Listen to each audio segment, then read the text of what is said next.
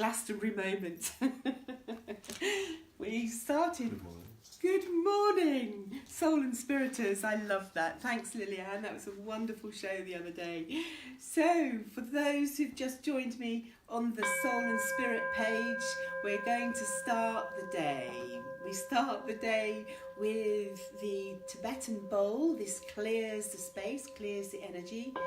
And it's a beautiful sound to bring in the space ready for the angels to come in. And I usually do 3 just to really clear and cleanse.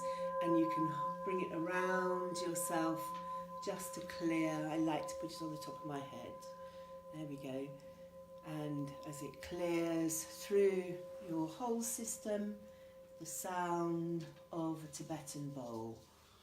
I think that's going to be the gift if you subscribe next month. So I'm looking forward to mine. I hope you are too. So, welcome.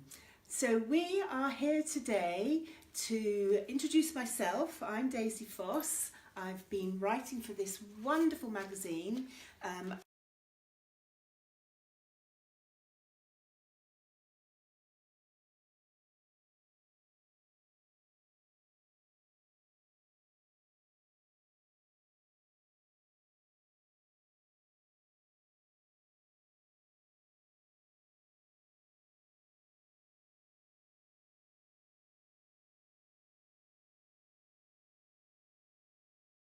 Is what started my journey with Soul and Spirit, the Angels of Awakening Oracle cards. So I've been lovely. They've grown a bit since then, haven't they? So today we are going to talk about angels. And when we talk about angels, we have to set the space. You have to be able to bring the angels in and set the space. So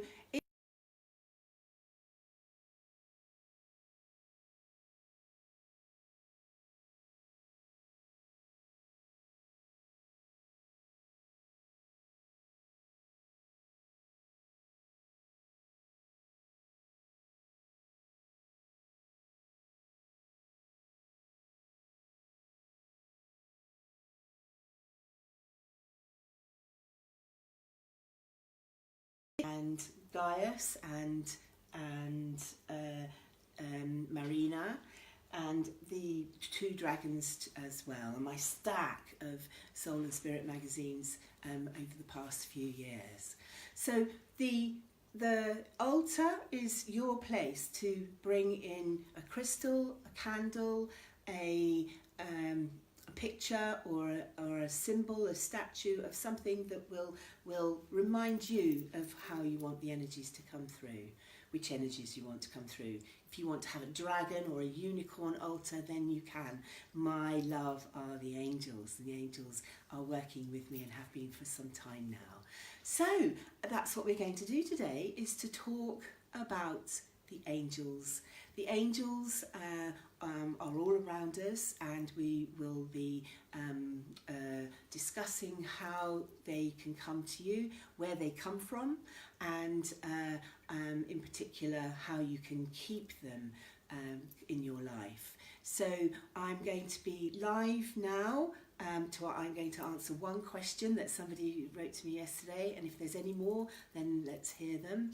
And I will be back at 11 o'clock to talk about the angels of Atlantis, the angels of awakening from Atlantis. And I will be doing a live meditation at 11 as well. 2 o'clock we'll be talking about the Matrix. 3 o'clock we'll be doing some of the old crystal activation at 5 o'clock. Oh, number dyslexia, here we go. 5 p.m. And then at 8 o'clock this evening, that will be the final live show with answering any questions that have come through. It's not just questions that I work with, it's healing. I send healing all around the world, all the time to anyone who asks. And so if you have any healing queries or questions, then please ask those as well.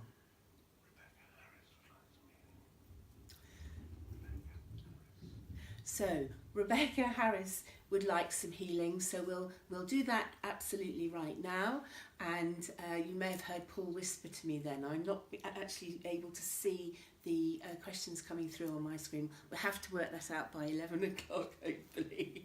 So Rebecca, we'll send you some healing now, as we send everybody healing and we call in these angels. So are you sitting comfortably? Sit in a space that is your space of love, and during the day we'll be sending out some posts that finding your happiness. All the rooms in the Daisy Centre where I go to connect with these specific angels and to show you this award-winning place. We've won the award for Soul and Spirit a number of years now, so thank you, bless you, all those who have voted, and there'll be some surprises as well along the way, hopefully. So let's start with calling in these angels. So if you'd like to take a big deep breath in,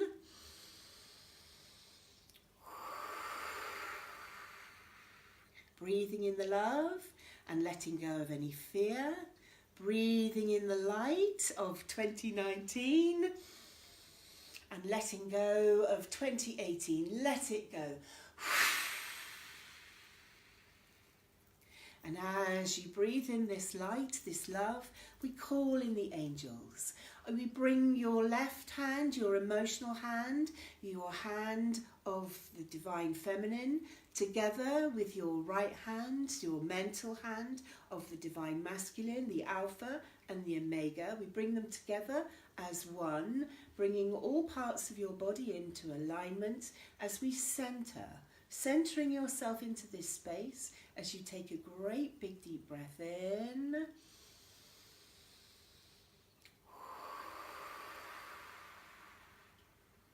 And as you open your hands to receive, as you center into this space in the center of your heart, we are going to call in the angels. And I'm going to call in the angels of the Elohim, the Omnipheme, the Seraphim, the Cherubim, the Elim, the Malachim, the dominions, the thrones, the virtues, all of the archangels. These are angels you may have heard of, and we're going to call in the angels of awakening. The angels of awakening from the 13th dimension. We're calling the angels of Avalon, the angels of Atlantis, the angels of awareness, the angels of alchemy, the angels of ascension. All of these angels working through the angels of awakening as a collective, and these angels are the ones we'll be working with today. And so, as we call in these angels, I'm going to call in the angels from Atlantis, the angels of Atlantis, and I discovered these names through my wonderful friend Edwin Courtenay. And so we're calling in Tanzaniel. Tanzaniel is the mighty archangel. He is a black flame, and his sound is, he's the angel of the void, of creation. And his sound is Odash Apran. And as we call in Asmeriel, the archangel of ascension, this is the archangel, the female, the white archangel of Atlantis, a towering pink flame of light, the female aspect of Tanzaniel, as Meriel joins in today. As we bring in the sounds, Asua Apran, Ausa Apran, Asua Apran. And these language of light, these sounds, these resonate and radiate. And so, as we've called in the angels, as I mentioned earlier, we'll bring in the full regalia at 11 o'clock. But for now, we have set the scene, we've set the space, and I'm going to send this healing to Rebecca and to Lynn and to whoever would like it. We're sending this healing now from Merlin, from the angels, as we send it now out through the divine lines, the vital web, the ley lines, right through to you. All you have to do is put your hand on your heart, your other hand on your tummy, and just receive this healing. We take a breath and receive.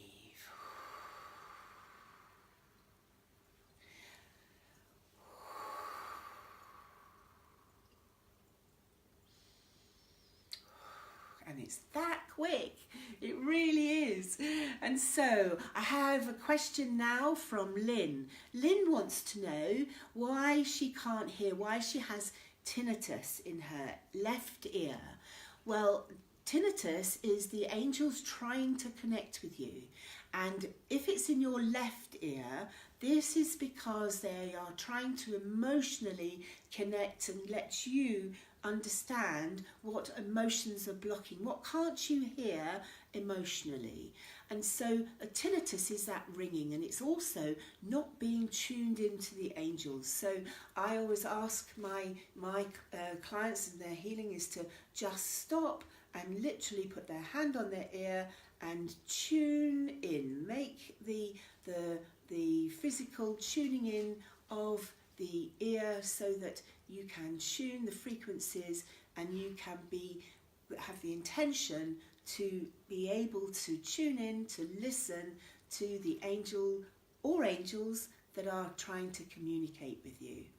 And so we have asked the angels to put Lynn into the angel healing grid, and hopefully she will be able to hear better in the very near future. And as we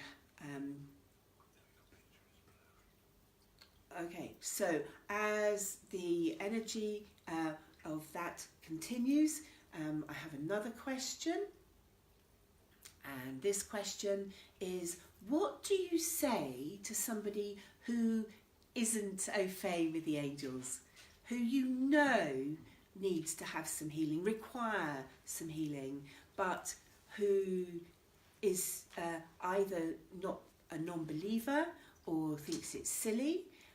I've got used to people thinking I'm silly. I walk around with angel wings on my back. I live in Glastonbury. Being silly is actually the fun and joy of life. So first and foremost, if somebody is finding it hard to accept healing, then you ask their higher self. You ask their higher self to connect with the angel of healing, and this is Archangel Raphael, or any of the other angels, the angels of alchemy, the angels of Avalon, as we invite them in to send this healing. The person who is usually not open to it to start with will start to ask questions, but you can always pray for them. You can tell them, I'm just thinking of you, I'm praying for you. This is a good way of introducing people who are not au fait with what angel healing can do for you, or any healing. I do lots of different kinds of healing as well as working with the angels. I work with crystals, I work with Reiki, the Reiki masters. A good massage can sometimes help somebody who doesn't believe in healing but wants to have some movement through their system. So keep those questions coming. I'll be delighted to answer some more.